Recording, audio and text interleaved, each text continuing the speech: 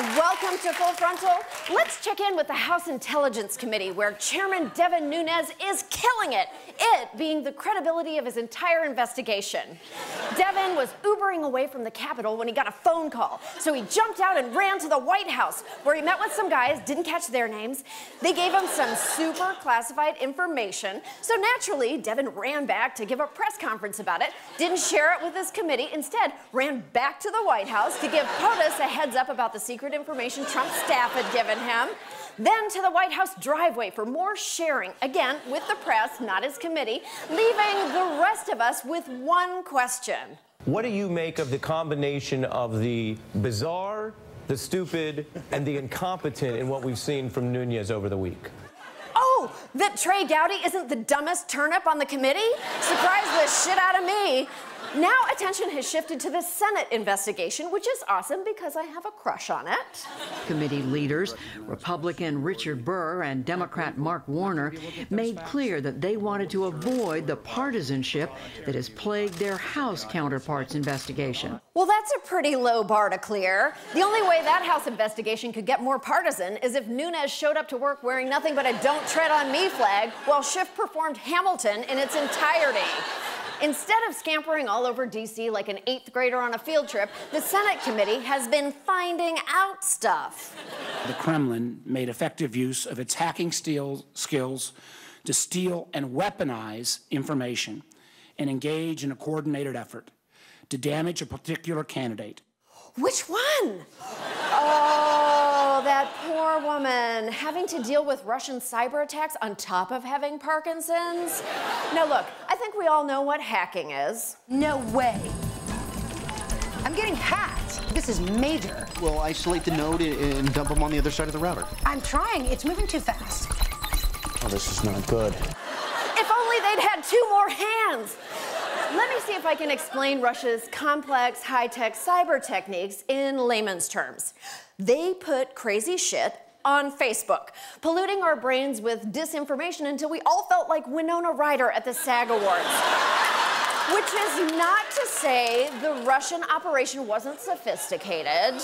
This operation was so sophisticated that it was even essentially targeting the swing states and making sure voters in the Wisconsins, the Michigans, and the Pennsylvanias, they were seeing some of this fake news. Holy crap! The Russian trolls had a better Midwest strategy than Hillary Clinton did. One brain in particular was gobbling up Russian propaganda like it was a well-done steak drenched in delicious ketchup. Part of the proliferation of fake news was because of what President Trump says on Twitter. President Trump stood on a stage and cited what appears to be a fake news story from Sputnik News. If you put stuff that helps his campaign, he will likely use it. Basically, Trump was Russia's Trojan horse's ass, filling himself with Russian propaganda and then disgorging it. I assume unwittingly, because, you know, it's him. But if you're about to fire off a smug tweet about gullible conservatives, put your phone down. A coordinated Russian effort to flood Bernie Sanders supporters and Bernie Sanders Facebook groups with anti-Hillary Clinton spam and fake news during the election. Stories about Hillary Clinton murdering her opponents and using body doubles. And it worked to a certain extent. What? Russia fooled the far left too? But those guys didn't seem impressionable at all. The fake stories were pushed to people who wanted to believe the system is rigged and Hillary is a criminal more than they wanted to check Snopes.com. But we're all guilty of thinking with our emotions. We prove how easily manipulated we are every time we fall for an April Fool's Day prank or click on a bullshit sponsored story or buy a pair of sauna pants from an infomercial. I bought my sauna pants with a matching sauna blazer.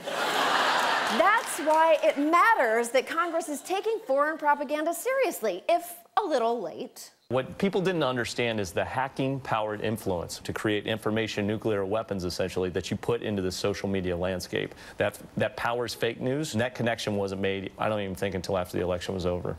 Excuse me? I may not be a former FBI agent, unless you count the time I was Scully for Halloween, but I did cover this stuff before the election. While Russia was hacking computers to influence our election, our brains had already been hacked by dank-ass memes that drown out facts with baseless conspiracy theories. I traveled all the way to Moscow, went through back channels, and actually sat down with 2 paid trolls who had to hide their identities. Заставить думать простых людей, которые пойдут выбирать, или которые начнут думать так или иначе, допустим. That aired the last week of October. What were the FBI and cable news so busy with that they missed it? FBI Director James Comey told members of Congress in a letter on Friday that new emails have surfaced which, quote, appear to be pertinent to the investigation. Right. Excuse me a sec. Okay. Well, Russian officials did watch our piece and responded the same way our president responds to any news about Russians helping him get elected. You are fake news. Russian state TV claimed that we made the whole thing up, hired actors, and gave them scripts. Съемочная группа из США заплатила им около $10 тысяч. За эти деньги они и сыграли троллей, как было написано в сценарии. $10,000 for a day player? You got a lot to learn about cable TV, Russian Hannity. I pay Alana in expired teeth whitening strips. What? Nothing, love you. Paid trolls are real, and when they're done interfering in the French and German elections, they'll have time to tell us how many children Susan Rice murdered with Cory Booker so POTUS can retweet it. That's why all of us need to start being a little less Mulder and a little more Scully. We'll be right back.